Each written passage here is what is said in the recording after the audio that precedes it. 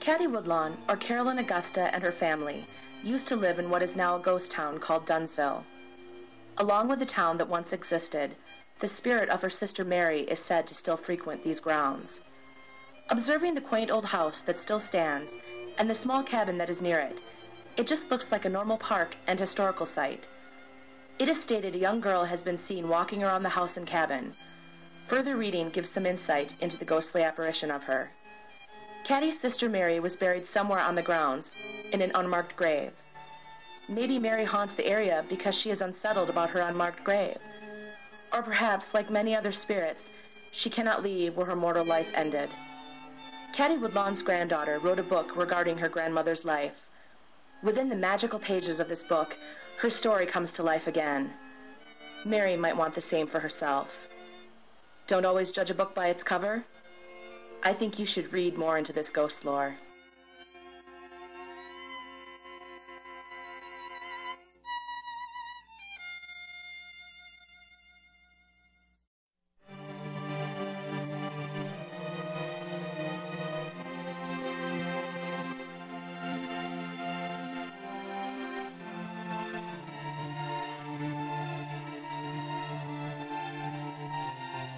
Just like Caryville, the haunting experiments have also covered what is known as Mary of Elk Creek. We also put out an actual investigation of this area. The ghost of a woman named Mary haunts the area of Elk Creek Dam. Several eyewitnesses have reported a ghostly vision of a glowing young woman, mostly down by the water near the old bridge. There is a key to back the ghost lore up. Mary Schleiss was murdered in 1974, about a half a mile from the dam. Her body was dumped on a side road. The origins of the legend regarding a ghost named Mary are unknown, just like all the other haunted areas we have come across. We never actually encountered her ghostly figure, but had some very eerie feelings while spending time there. If you are skeptical, stop by for a visit. Perhaps Mary will haunt you the way she has haunted others in the past.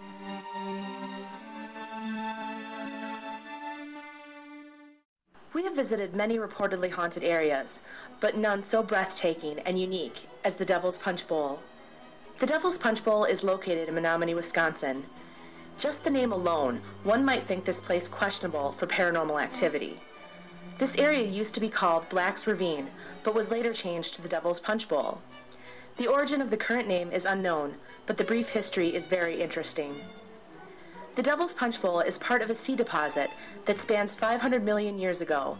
It was carved out by glaciers that were present around 10,000 years ago. How could an area so old not be haunted? It is said to be both enchanted and haunted. Gnomes have been seen, and other witnesses have seen orbs or balls of light. There are also tales of water that is collected from the area that will remain cold no matter where it is set or what the temperature is. Whether gnomes are cute and fuzzy, or appear as the statues which are set in people's yards, I don't know. People have seen them skittering up the sides and also running through the tunnel on the side. The area itself is very beautiful by day, but maybe, just maybe, strange events occur there at night. While exploring, take a water sample, or watch closely for a tiny creature scurrying along the side walls of rock.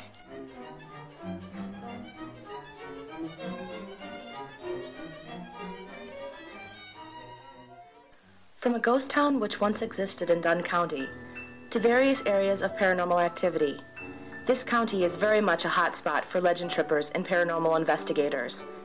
Any one of these locations is steeped in history, whether it is a 19th century Victorian theater or a piece of landscape carved out by a glacier millions of years ago. History and common ghost lore seem to be intertwined and oftentimes go hand in hand. It is the tragedies and past events which produce much of the legends we hear about. From generation to generation, what sometimes starts out as gossip or rumors builds into what seems like an urban legend. Perhaps that is why so many are drawn to these tales. For the most part, these buildings or places will always exist, whether it is kept alive by us through stories or ghost lore, spoken eerily over a campfire, or read in a book.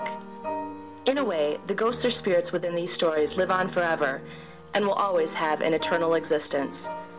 If these spirits or entities are real, I think that this was their plan all along, to live on forever.